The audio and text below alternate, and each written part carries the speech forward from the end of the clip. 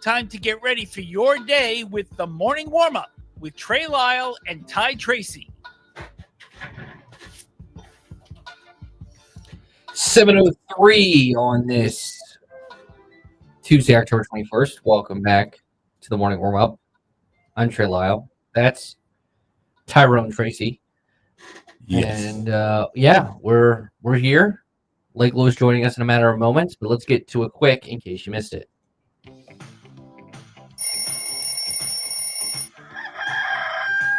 Keeping up with sports 24/7 takes some serious effort, especially when you're sleeping. Don't worry, the morning warm-up stays alert around the clock. Now here is everything you missed last night.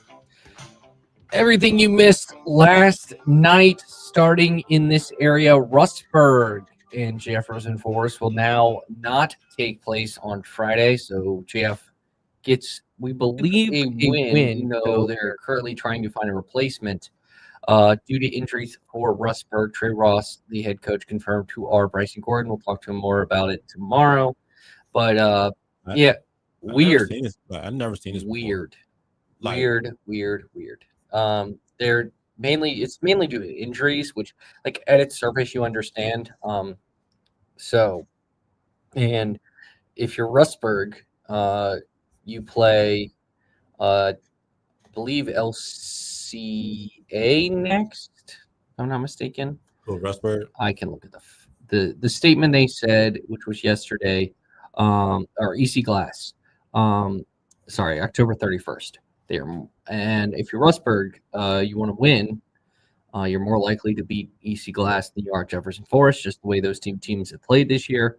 And so I guess because of injuries, they're hurting, and that was some strange news for us, who obviously we air Jefferson Forest Cavalier football, and so Jeff off this week, and will now have a game against Brookville, unless they can find a replacement, which Ty and myself find, and Bryson mentions in his article, highly unlikely there as well. But definitely a weird situation. Something to monitor. John Heyman reported yesterday from the New York Post that Albert Pujols, future Hall of Famer, basically he was rumored to be the Angels manager, but appears that is not going to happen. And one of the teams still interested in Pujols becoming their manager is local to us. It is the Baltimore Orioles. So something to keep in mind there. And then the games last night. Let's start in baseball. George Springer with a late 3-run homer in an instant classic Game 7 propels the Blue Jays to their first World Series since 1993, and where touch 'em all, Joe, you'll never hit a better one in your life happened. That is the actual call. So Blue Jays heading to the World Series to take on the Dodgers. It's been since, if I take a look, it's been like, what, 92, 93? 93. I just said 93. Oh, I didn't hear that. You're good. Yeah, Springer hit the home run to propel the Blue Jays to the win, 4-3. Mariners still miss out on winning a pennant, miss out on going to the World Series. Bottom of the 7th is when Springer hit the 3-run homer to make it from 3-1 to 4-3 in that one. So, fun game last night. 2 NFL games. First game, both games you could heard on VTR in sports. You had the Lions defeat the Bucks 24-9 in kind of a dominant game for them. Lions look like maybe the best team in the NFC, and the Seahawks, who I think are a sneaky, really good team, I think are finally not sneaky no more. They defeat the Texans 27-19. So it almost was a perfect night for Seattle. Yeah. And then unfortunately, the Mariners blow it for them, and the Seahawks get the win 27-19 in that one. So we have a World Series set up, which you should be able to hear part of that. We'll have football as our priority, but you should be able to hear at least a couple of the games of the World Series right here on VTRN Sports, powered by ESPN Radio as well. But Lake Lou's joining us in a matter of moments, and obviously coming off a disappointing game, which Ty and I went into depth about yesterday on our side of it, but this is now injuries. We're going to talk about the Jaden Daniels injury, but Dan Quinn said Monday that the hamstring injury isn't considered significant and won't be a long-term issue, but the quarterback status for next Monday against the Chargers is uncertain. So, obviously, no offense to Marcus Mariota, when you're playing the Kansas City Chiefs, who have Are you not entertained? Are you not entertained? at quarterback again, um, you're going to need as many guns as possible, and you, you could double it down with Mariota and Debo and Terry being out, being beat up. That's not ideal. Throw in the Noah Brown injury, you're down 3 of your top 4 wide receivers, and I think Luke McCaffrey got hurt on Sunday, so it could be a struggle for the Washington offense. We'll talk to Lake about that. Also mention a big injury, Dorrance Armstrong out for the rest of the year with a knee injury. Dan Quinn confirmed that on Monday as well. So injuries for the Commanders. Obviously, this is always a part of football. And it's unfortunate. It's unfortunate the Commanders are dealing with those injuries. But boy, oh boy. Did you see the fight last night, by the way? Or the scuffle between like someone trying to fight JSN on the sideline? No, I ain't see it. Okay.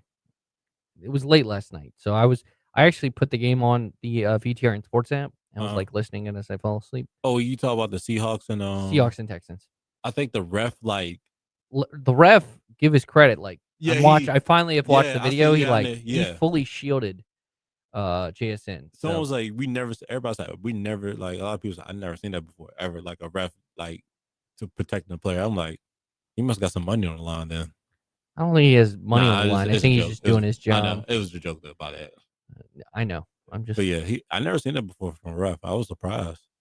I was too. But I have to give him credit where credit is due. That happened in the Monday night game. All right, so Lake joining us in a matter of moments, talking Commanders. Obviously, Ty and I are at a high concern level for them. I think you said a 7 or an 8 yesterday, if I'm not mistaken. I'm right there with you. I think this is a team. You have fans. I saw. Sometimes you see like fans Twitter. One fan was tweeting like 4th place schedule, Caleb Downs, and like next season, and it was like, okay, well, you've given up. Also, don't think you'll be able to get Caleb Downs because you'll need to be like a top 5 pick. I don't think the Commanders will be that bad. Yeah.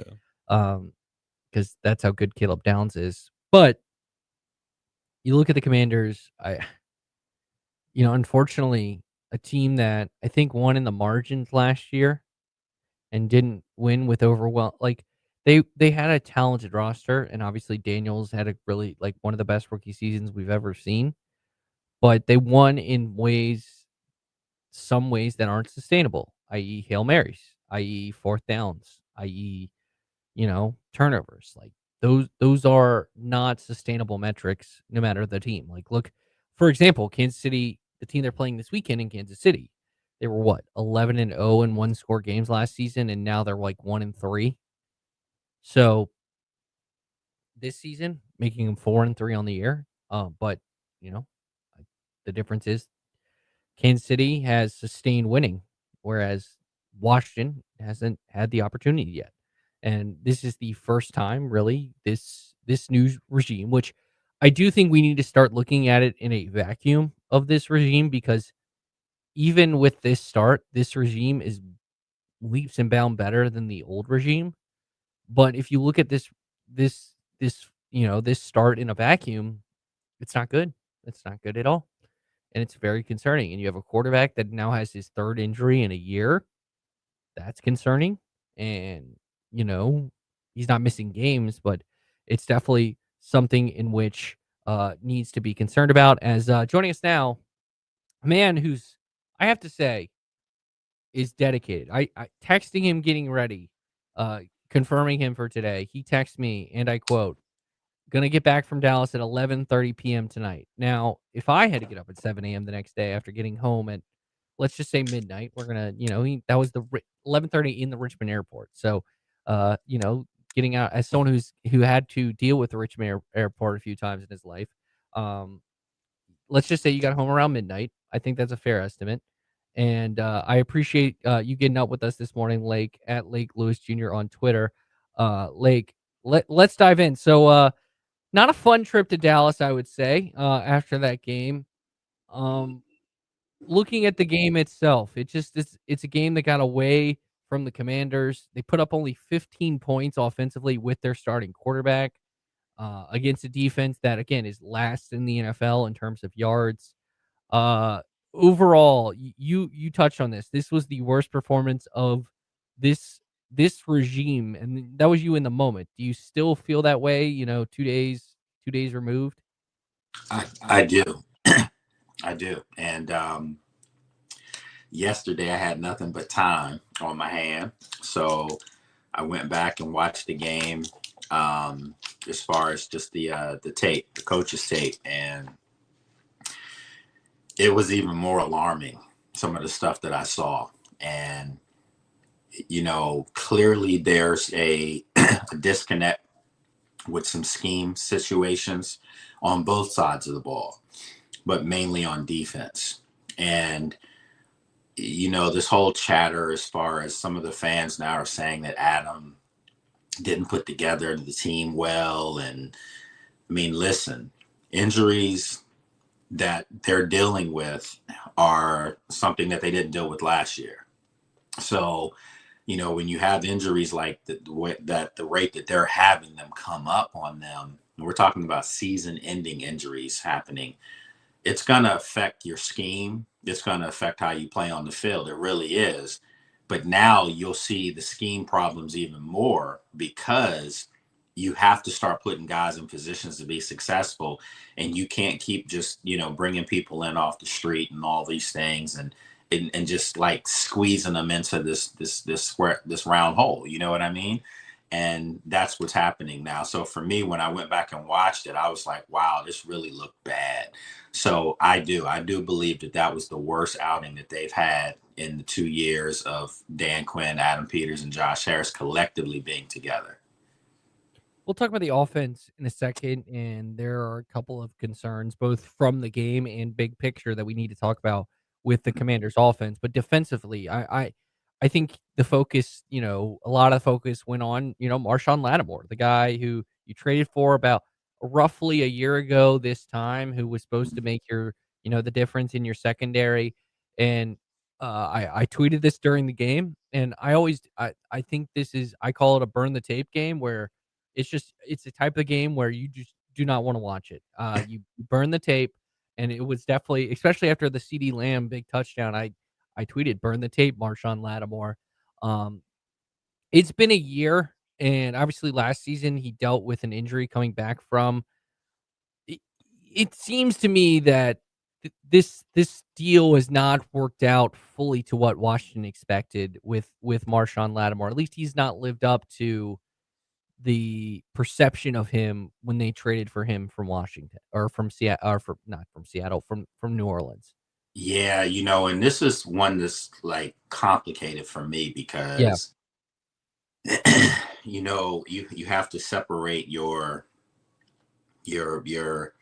one of the things, and not to stray here, but just it goes with this. One of the things that's hard with being a insider is you're inside. you know these guys, and you know what they put into it. And when you see them struggling on the field, you have a job to do. And it's tough sometimes to say, yeah, I'm looking at the tape, and when I looked at some of the stuff yesterday, he was out of position a lot. But then there's times he's there, so it's like, what are you getting? Was it the scheme that kept him out of position? No, not all the time. But then there were some times, yes, you're asking him to do some things that maybe at this stage now, this isn't Marshawn from 7-8 years ago in New Orleans. It's not.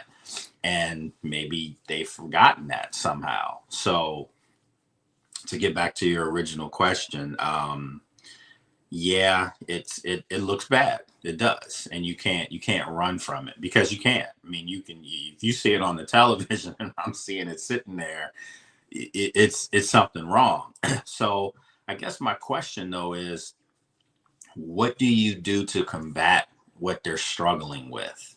Do you understand? Like, it's either that or you got to sit them.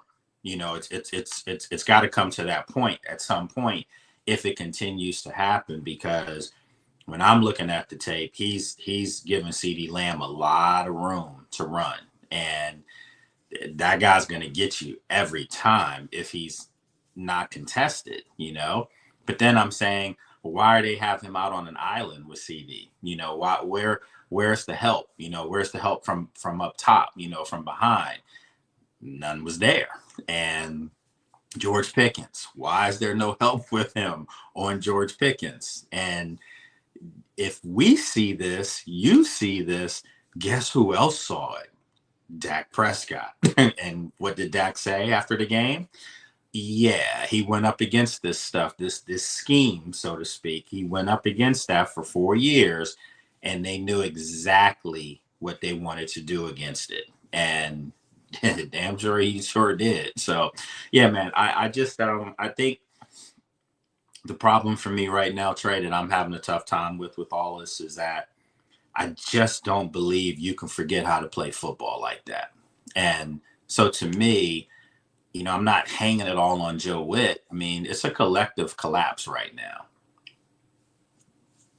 But doesn't it fall at the feet of the coach to get your guys in the positions they need to be in, regardless if they're a 4-time Pro Bowler or if they're a 4-game rookie? I mean, you have to figure some things out.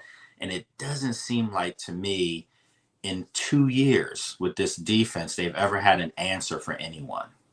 They take what you do to them, and it's just either they have some disruption or they're just going to take what you do to them. And that's not, I don't think defenses are meant to be played that way.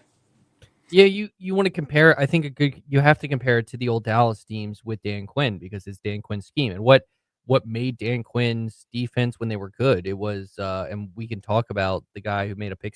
It was, they gave up a lot of yards. People forget that, but it's just because they got a lot of interceptions, because the guy like a Trayvon Diggs, who didn't play in that game because hopefully whatever concussion he got at home wasn't too severe, because that's just a insane situation. Bizarre to Yeah. say.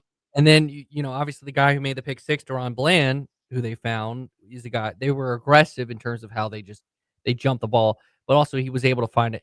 They were able to, Micah Parsons fell in his lap. I wonder if they kept him, and who could get after the quarterback. And they had Dexter Lawrence, or not Dexter Lawrence, DeMarcus Lawrence, who could get after the quarterback. And obviously Dorrance Armstrong goes down for Washington.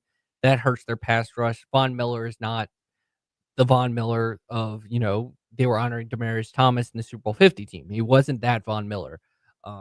You got to, he can't be your number one pass rusher at this point in his career. But looking at that, I knew in the game, like, Dallas was going to put, and we talked about this last week, Dallas was going to put points up. Their offense is, they're the best. They have the best offense in the NFL. So I wasn't necessarily shocked by that. I personally, and I don't know about you, more concerned about the other side of the ball, because they scored 15 points with their starting quarterback against the worst defense in the NFL.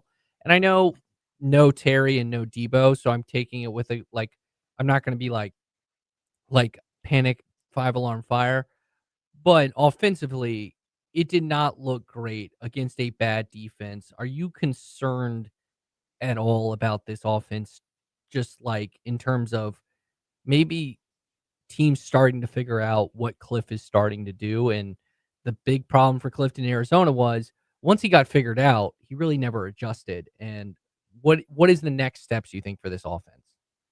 I think the most important thing is they've got to find they've got to get some plays where they get their quarterbacks under center.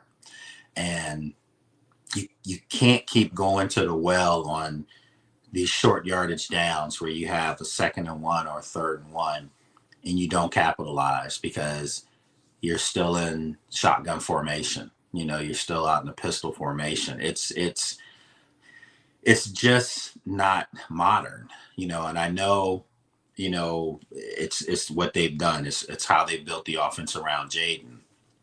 But sometimes you have to protect Jaden, and Jaden's getting hurt because there's no safety valve plays, if you ask me. It should, when you have a 3rd and 1, you should be able to turn around and hand the ball off to a back and get a yard. Or you should just get up under center and go forward. Go to the left, go to the right behind your center and get the first down. And then you can extend your plays and you can get cute again. But I do think that's the key word that I'm starting to think, is that the offense has lost its identity of just being physical. Last year, and I hate to keep saying last year all the time, but it's pretty much the same group of characters except for some upgrades, at your left tackle, at your right tackle. You got Sam Cosmi back in the game. Sam Cosmi should not have to be in pass pro coming in his first game back from a knee injury. Let's get these guys revved up and moving the ball, going forward, running the football. The first play of the game, Bill gets 8 yards, almost popped it. And then it's like you go back to the passing, you go back to the passing, you go back to the passing. And it's just not consistent. So I think that their lack of being able to maintain their run, although they're one of the top 3 rushing teams in the league, we know a lot of that is because of their quarterback adds to the rushing yards to put them in that position. But when you're struggling and when you don't have your top wideouts, you're starting 3 wideouts that would have started the season as your number 1s through 3, they're not on the field, and yet you still are trying to force the pass. And I just felt like that all that did was just get you 3 and outs, get that Cowboys offense right back on the field to go right back up and down and score. They're not playing complimentary football. Their coaching isn't complimentary right now. Here with Lake Lewis at Lake Lewis Jr. on Twitter, NFL insider and TV analyst. Lake, you mentioned Daniels getting hurt, and one of the biggest concerns for Jaden Daniels and coming out of college was his frame and his we saw him get banged up a lot in college. And now we are at a year in, or a year and a half in, I should say, and this is his 3rd injury. You had the ribs last year, and then you've had the knee and the hamstring. And obviously, when he's on the field, and I don't want to compare him to anyone else, but because his mom tweeted, I don't know if you saw, like, stop manifesting his son to be RG3, and which I agree with that. yeah, and she's absolutely right about that, and I wouldn't even compare him to RG3 because these injuries are different. But it is now becoming a trend. Where do you sit on that? I know these are little injuries. Like Dan Quinn mentioned he's not going to miss a significant amount of time, but this is a 3rd one. It seems to me that this is a concern to some degree, that he is getting banged up and could miss, whether it's a game or 2, when you're in a division that's going to be tight, because look at all 4 teams in the division have at least shown flashes of being competent this year. And the NFL is so deep in terms of its parity this year that you're really going to need Daniels out there as much as possible. So, and I had someone talking to me about that in Dallas, and I knew it was going to come up because I know how your mind works. Some good stuff. Good question. My answer to that is, I think it's getting overblown. And I say just because, not that the injuries are little, an injury is an injury. But when you look up and you see that, in his own division, and I can say this, you can make the comparison to Super Bowl champion Eagles. Jalen Hurts missed games. He misses games, and he's missed a lot. If you think about it, over this 3-4 year run that the Eagles have been on, as far as getting to a Super Bowl, getting back to a Super Bowl and winning it, he's missed some games too. he's probably the strongest quarterback in the NFL physically. So you have one that maybe isn't the strongest physically. It's what's being called. It's the type of game that's being set up. And again, I think you can do some things with Jaden that still allow for him to show that dynamic skill set that he has where he can run and pass, but you have to have some safety valve plays, and they just don't have any. So to me, this falls at the feet of Cliff. And I'm saying that because, I'm a Cliff guy, but he's got to alter how he's calling these games for Jaden, because let's be honest, this offense isn't a conventional NFL offense. It's not. It's very, I don't like using the word gimmicky because it sounds like you have to do some weird things to make something work. It uses concepts of the air raid from Mike Leach. That's where Cliff came from. It's when I would not dare say it's a college offense, but it's the closest college offense in the NFL you're going to see. Okay. And we saw what kind of success Jaden had in college. He won the Heisman Trophy, and it led him to being a number 2 pick. Most people think probably should have been a number 1 pick.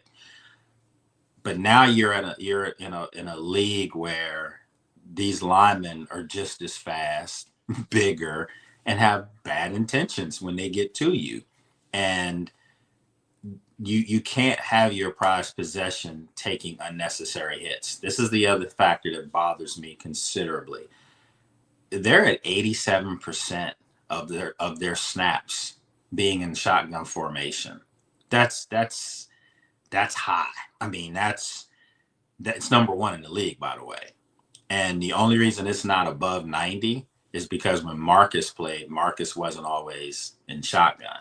But with Jaden,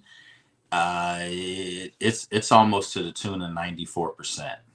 He does not get snaps under center, period.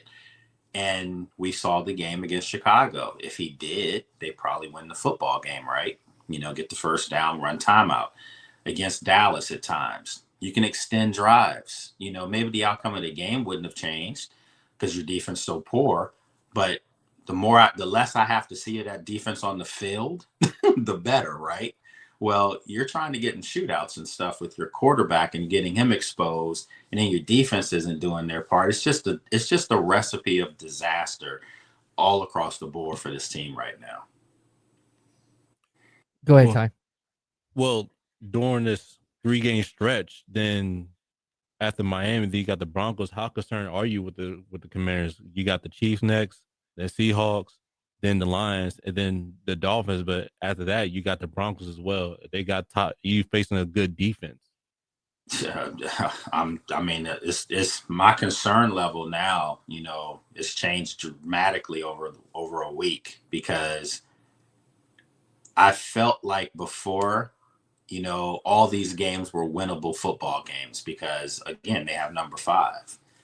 But if number 5's gimpy and number 5 is not having any weapons and gimpy, and we don't even talk about defense, like there's going to be little to no resistance against these teams. And Kansas City right now is starting to be on a quote unquote revenge tour, not because of what the Eagles did to them in the Super Bowl, but because what most people were saying about them just 2-3 weeks ago, they were left for dead. And now they're getting all their pieces back. And one thing about Patrick Mahomes is he keeps receipts. And now that looks like the team to beat in the league, period. It looks like they're the team that's the favorite. If you ask me who's winning the Super Bowl on Sunday, if they were to play on Sunday, I'm telling you it's the Chiefs. Okay? Just like that. Washington's getting them on Monday night, banged up. Do you think if Kansas City saw what Dallas just did to these guys, what Caleb and the Bears did to these guys the week before, you don't think Patrick Mahomes and Andy Reid are like, oh my God, if we don't put 50 up on this, we didn't do our jobs. So yeah, I'm concerned. The only thing that makes me even remotely interested in having obviously to travel to the game for work, but this could easily be Washington's Cincinnati game from last year, or it could be a game we've never seen here under this new regime, where now you go in there to Kansas City and get one hung on you bad, and it looks bad on national television. You're going to really be hearing for heads to be chopped off. And I'm not talking about Dan Quinn. That's not happening. He's the perfect coach for this. But we already know what I'm talking about. It'll be loud this time, and then it might start filtering to the other side of the ball too. Yeah, you talk about a game in which Kansas City, I didn't mention this yesterday when we were capping all the games. They scored 31 points against the Raiders, and the Raiders had 30 plays. Yeah. And the Raiders could, I mean, I think Minshew played in like halfway through the third. Like they could have put 50 up if they wanted to. Yeah, I mean, again, they're coming to a game, even if like Daniels was healthy, they're playing, I mean, the dude, like I don't get why people were saying Mahomes is not the best quarterback in the NFL. I get Josh Allen. I love Josh Allen. He's great. Yeah. But like none of It's them not. have beaten that dude. Yeah, it's Not, I Patrick mean, close. yeah, yeah, I agree. And you look at this game.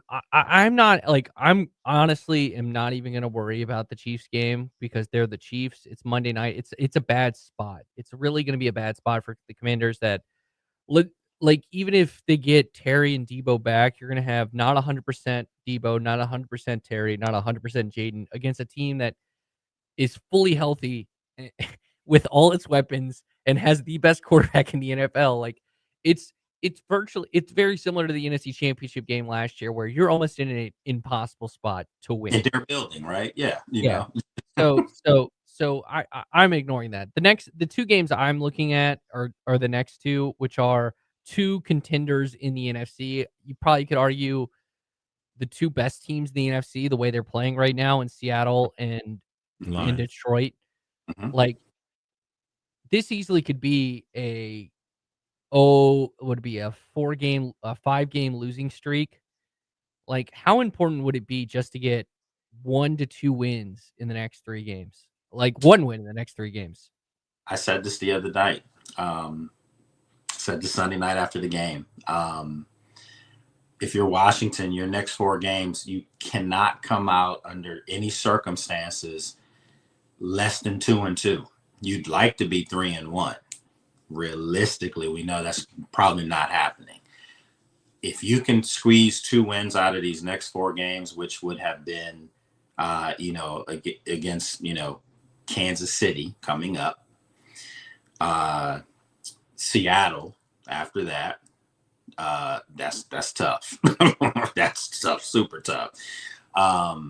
Then, you're going to have a Detroit team that you're going to have to deal with. And then you go to Madrid. Okay. I think, One's a win. That one I can give a win. The Dolphins are really bad. It is, but man, at the way things look right now, I can't just sit here and honestly tell you, man. I'd be lying to you guys if I said, oh, they're going to roll the Dolphins. The Dolphins stink. They do. And they're having issues too with their coach. He might not even be allowed to fly over to Europe. But I can't sit here and say that's a guaranteed win. Put it like this. In a perfect world, yes, that's 1. Okay, so where are you going to get the other one to get to your 2? Is it going to be against Seattle? That's probably your best chance at home. Sunday night game, the uniform, the old school uniforms.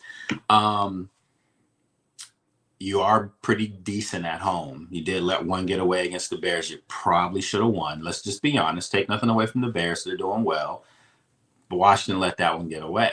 That's part of the NFL. So they lost. That's why they have an L on there. I just don't know how you get Seattle.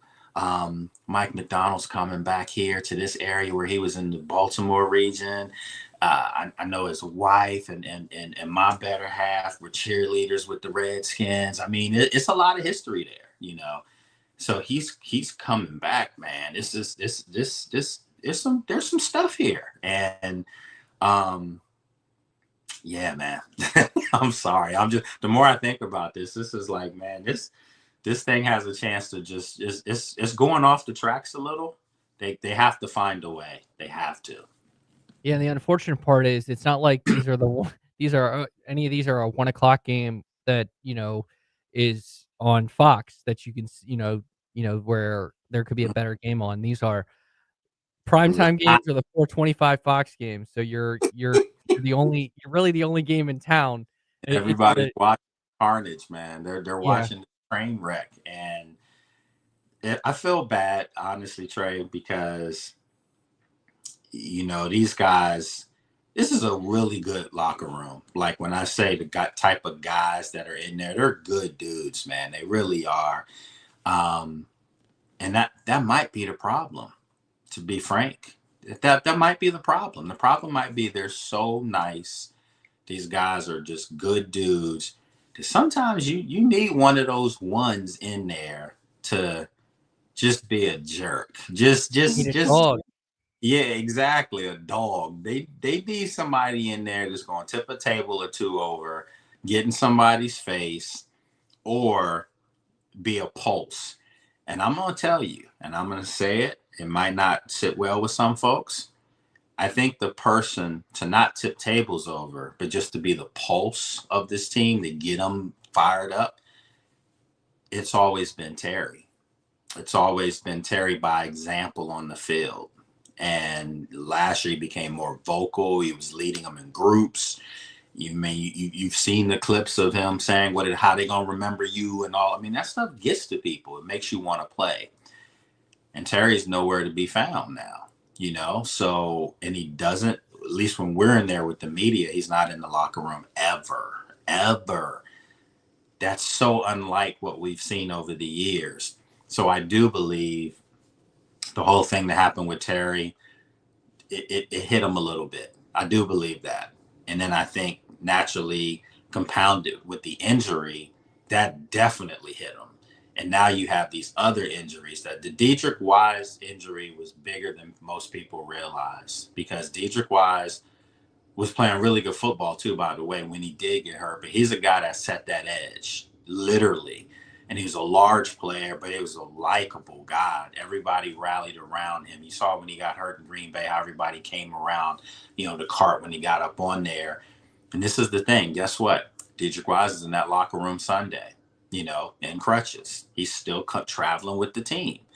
And that's the kind of stuff that, people don't see behind the scenes. But that's called leadership. And this team needs that right now. Bobby can't do everything, on the field and then off the field. But they need someone to step up and take ownership of what's not happening right now. Well, we'll see it, and you can of course listen to the game on VTRN Sports, the VTRN Sports app. Monday Night Football, Chiefs taking on the Commanders. Lake Lewis heading out to Arrowhead on Monday night. So you're gonna have another quick turnaround for us next week. Hopefully, we'll Yeah, I think I'll be in the hotel. Comfy hotel on Monday. Well, maybe not, because we've been depending on the games. It's been so many of these late games. A lot of times, like in Green Bay, we've left this stadium to go back to the airport. I think I'm gonna just get another day in the hotel. That might not be a bad idea, because it would be 6 a.m. your time, the time you're at, that you would have to be on the air here. So yeah, I'll be in the hotel. that you and I may or may not agree on some thoughts, and there's a reason I may not be going to Martinsville this weekend, is for that exact reason, because of a quick turnaround from Sunday to Monday. So, but I appreciate the time this morning. I know you got some more content to create, so we'll let you go, and I will save if James Franklin becomes the head coach of Virginia Tech questions for later. So just for you. So at Lake Lewis Jr. on Twitter, NFL and Commanders Insider. Appreciate the time this morning, my man. All right, take care, man. Good seeing you guys. Yes, sir. Thank you. When we come back, we have Today in Sports History with Ty Tracy next on the Morning Warm-Up. Mark Dalton here with Terry Volkswagen. Get ready to fall head over heels for the perfect VW SUV. One size doesn't fit all, though, and that's why Volkswagen has an SUV for everyone. From the compact and affordable Volkswagen Taos to the tech-packed Tiguan and the spacious Volkswagen Atlas. No matter which one fits your lifestyle, You'll love the comfort, performance, and safety. Stop by Terry Volkswagen on Forest Road in Lynchburg or check us out online at terrybw.com. Terry Volkswagen. You'll love our cars. Get ready for the Star City Half Marathon, 10K, and Kids 1 Mile Run, happening Saturday, November 22nd. Participate in one of the region's longest standing running traditions, showcasing the Greenway and an after party featuring Roanoke's favorite foods, beverages, and music. Every participant gets a race shirt and a finisher medal. Don't wait to sign up. Register today at commonwealthgames.org/Star City. It's the Star City Half Marathon, 10K, and Kids 1 Mile Run, brought to you by Virginia Amateur Sports. Your home is more than just walls and windows. It's where life happens. And at Right Choice Construction, we get that. We're not just builders. We're fathers, mothers, neighbors, just like you. And every nail and every beam reflects our commitment to creating a place you're proud to live in. With Right Choice Construction, you're choosing a team that's been perfecting the art of building for years. So build with us, build with experience, build with quality, build with Right Choice. Trick or treat! Happy Halloween! And at InsaneRadioDeals.com and VTRN, we don't have any tricks up our sleeves, but we do have plenty of treats for you. 31% off of list price items for all food items, from 801 Raw Bar to Oliver's on Rivermont, Ballad Brewing to Downtown Cairo, Caribbean Jerk Pot, JD's Cafe, and the Yard on 5th Street. 31% off all food items at InsaneRadioDeals.com now through November 3rd. Good morning. We are just getting your day started here on VTRN Sports with the morning warm-up. Stay connected with the show at Trey Lyle VT and Ty Tracy 90 on Facebook, Twitter, and Instagram. Listen wherever you are with the VTRN Sports app, or watch the show live on YouTube at youtube.com/VTRN Sports Lynchburg. Now, back to the morning warm-up. 7:43 on this Tuesday, October 21st. Welcome back to the morning warm-up. I'm Trey Lyle. That's Ty Tracy. Ty, you just jamming there, man? Yeah. You got a song stuck in your head or something? I just like the song. You like some Zach Brown Band? Yeah. Okay. Well, you have a pretty good record, 210-71 for today in sports history. Are you ready to go again? Yeah. Let's get let's knock out the park. All right. I'm gonna try to find some hard ones. You'll probably still get them. Tyrod waiting. Tyrod scrambling. Back at the 20. Fires. End zone. It is caught for the touchdown by Roberts. It's a miracle in Blacksburg. Tyrod did it, Mikey. Tyrod did it. It's time for Today in Sports History. Play action. Salter to throw back to the left, and it's caught in the end zone. Light him up. Touchdown, Liberty. Bentley Henshaw. From ruin to redemption, the Virginia Cavaliers are the 2019 NCAA National Champions. Let's hear what Ty really knows about what happened on this day in sports history.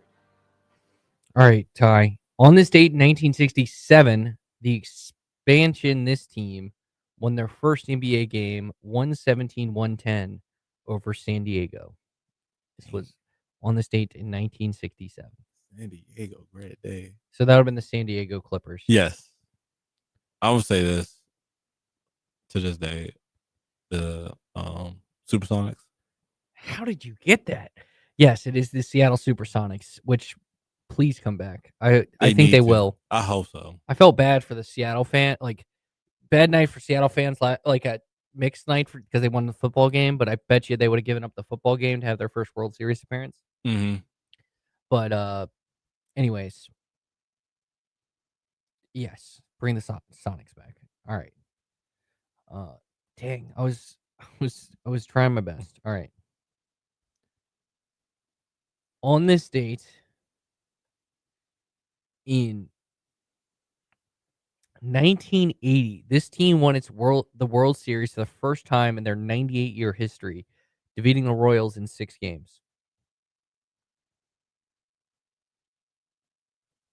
You got me on that one. It is the Philadelphia Phillies. Hmm. So, all right, 1 for 1 on this date in 2006.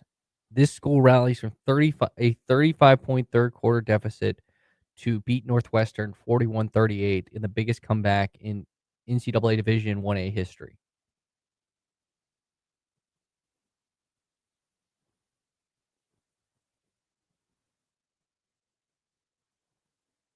I don't know that one now.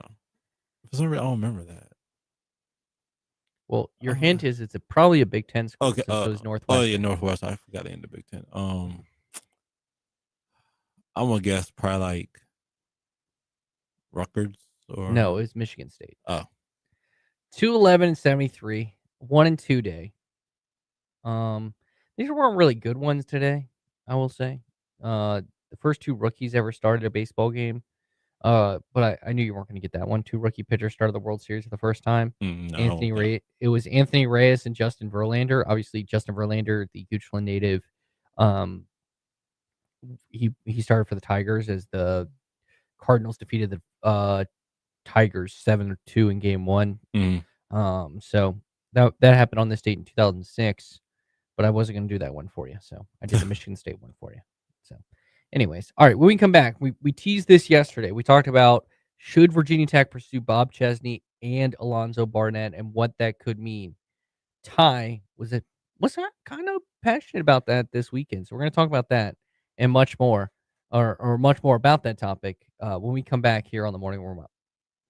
It's so worth the drive to big savings at the used car superstore on the Sheeler Motor Mile. Shop local and save more with exceptional service and selection. Your search stops here with over 900 pre-owned vehicles to choose from, plus a huge selection of new car brands in Southwest Virginia: Honda, Hyundai, Toyota, Subaru, Kia, Chevrolet, Mitsubishi, Chrysler, Dodge, Jeep, and Ram. 11 new car brands, 900 used vehicles, all in one location. The Sheeler Motor Mile gives you more choices with pre-owned cars, trucks, vans, and SUVs. Many have miles in the teens, remaining factory warranties, and some are even local one-owner vehicles. More than any other dealer in the area, plus exceptional service, selection, savings, and financing options, and top dollar for your trade. Volume selling means volume pricing, and we've got the volume with 11 new car brands and over 900 used vehicles, all in one location. And we're proud to support our local schools and community. The Used Car Superstore on the Sheeler Motor Mile, your premier car dealer, locally and family-owned for over 50 years. I-81 exit 118C in Christiansburg. Call 866-SHEELER1. Always open at Sheeler.com.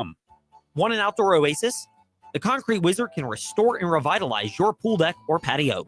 After the Concrete Wizard works the magic, your old, tired concrete will look new again. For pool decks, the Concrete Wizard can install a safe, innovative rubber surfacing option that's slip-resistant, soft, and easy on the feet.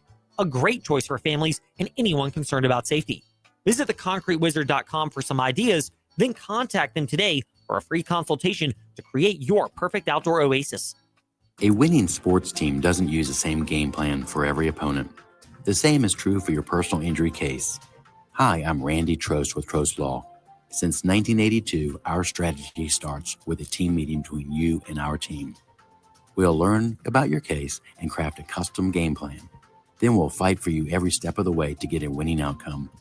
We hope you never need our services, but if you do, we're one phone call away at 777-HURT or trostlaw.com.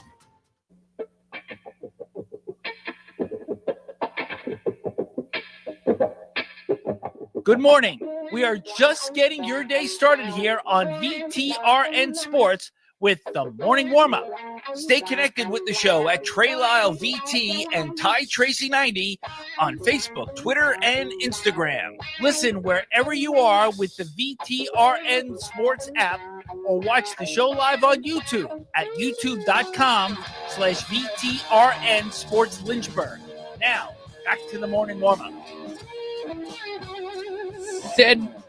Almost said sedin. I don't know what that means. My coffee, I guess, hasn't fully kicked in. Or maybe I use all my energy for the Lake Lewis interview, which if you missed it, check it out. The Morning Warm-Up, wherever you get your podcast. I think that was a fun conversation. You know, I don't know if I fully liked his accusation when I said, I know how you feel about Daniels. I feel like I have I have treated Jade Daniels fairly. I'm just I saying. mean, it is what it is. I have too. I still, I did pick Caleb Williams over him. But again, for the 20th time, me preferring a player over another player doesn't mean I don't like that player. Because I'm not dumb to say that Jaden Daniels wasn't good. I'm not like, I didn't think he was bad. I never said that. I just said I just don't trust Right? Caleb Williams. You did say that. Okay. I just said I just don't trust And him. I gave him credit for a lot of last season once You he did. played well. Yes, you did. I just, I think I now will reflect on it and say I think it's Brian Kelly's fault that LSU didn't win a national title when they had Jaden Daniels, 2 tackles that went in the first round, Malik Neighbors, and Brian Thomas on one offense. Yeah. And that's why Brian Kelly might not have a job soon. Anyways, let's speaking of head coaches, look at that transition right there, Trey Lyle. Good job. Woo! Bang. Anyways, Bob Chesney. Ty, you brought up a really good point in our group chat. The BTR, of us, that Chesney and Barnett could be a really good package deal for Virginia Tech. And we talked about it a little bit yesterday. Just to go over the numbers. Chesney is 126 and 51 overall as a head coach. This includes time at D2, D3, and D1. He won 5 Patriot League titles at Holy Cross, which is pretty good. Yeah.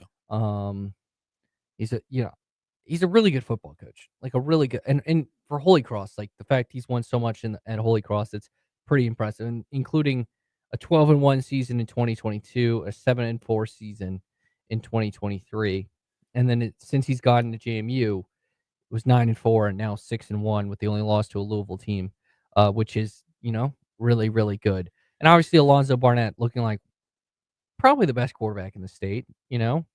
I think if you're Virginia, I won't say probably. I say Morris has played so well. I say it's a good conversation between him and Morris because Morris has played. I mean, the ODU quarterback has played well at times. Yeah. He just turns the ball over too much.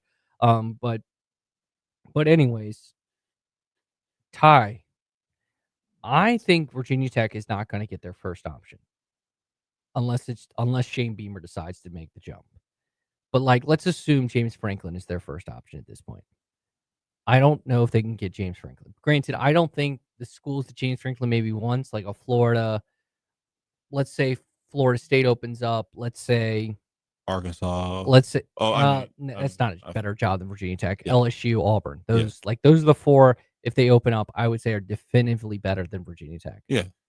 I don't think they won him because of the perception of him.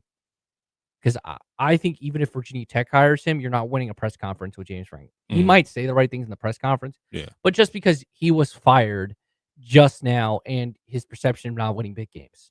Now, do I think James Franklin could do a really good job at Virginia Tech?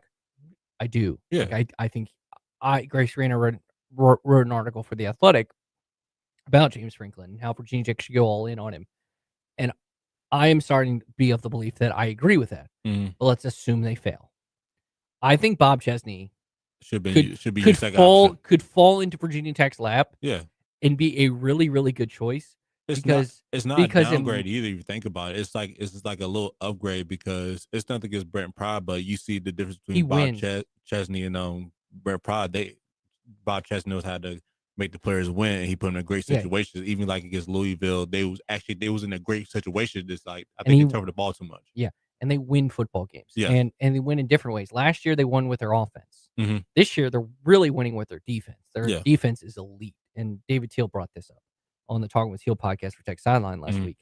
And when you're 126 and 51, that is a lot. That you win a lot of football games. And it's not like he was at easy places. Like Holy Cross, football is not an easy place to win. Okay?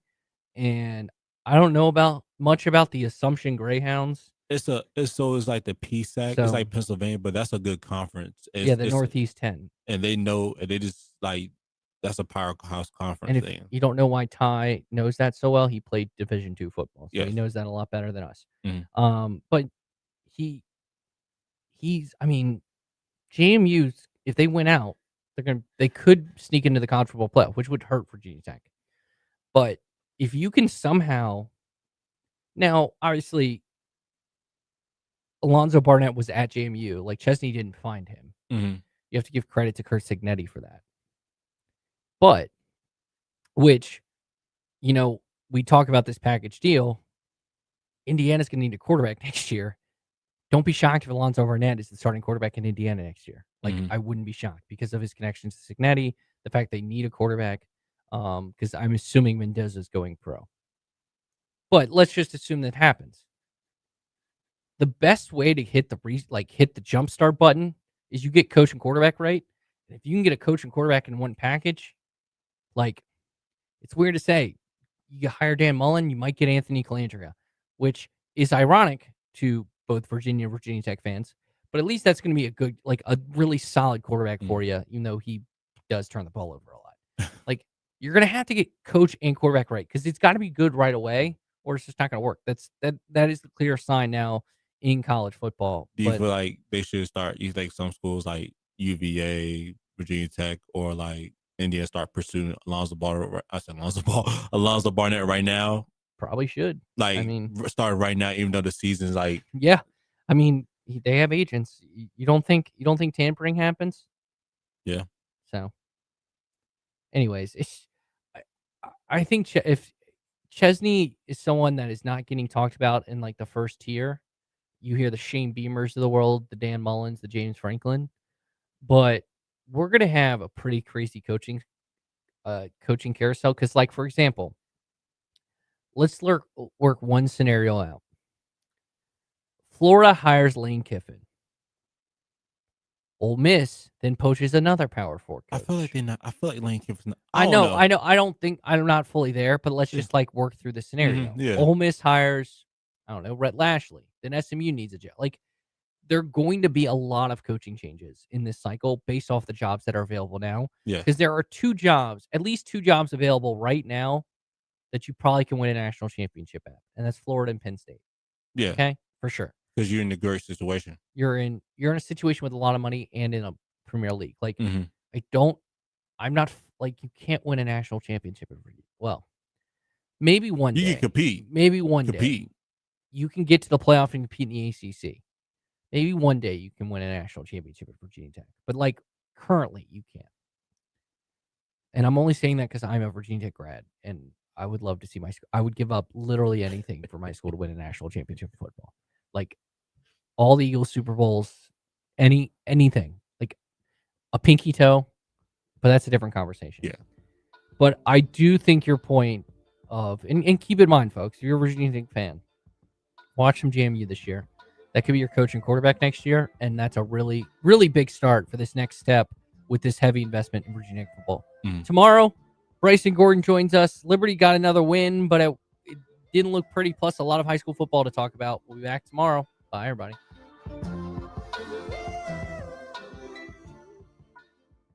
Thanks so much for listening to the Morning Warm-Up on VTRN Sports, 93.3 FM, W227 BG Timberlake, and 1320 AM, WV.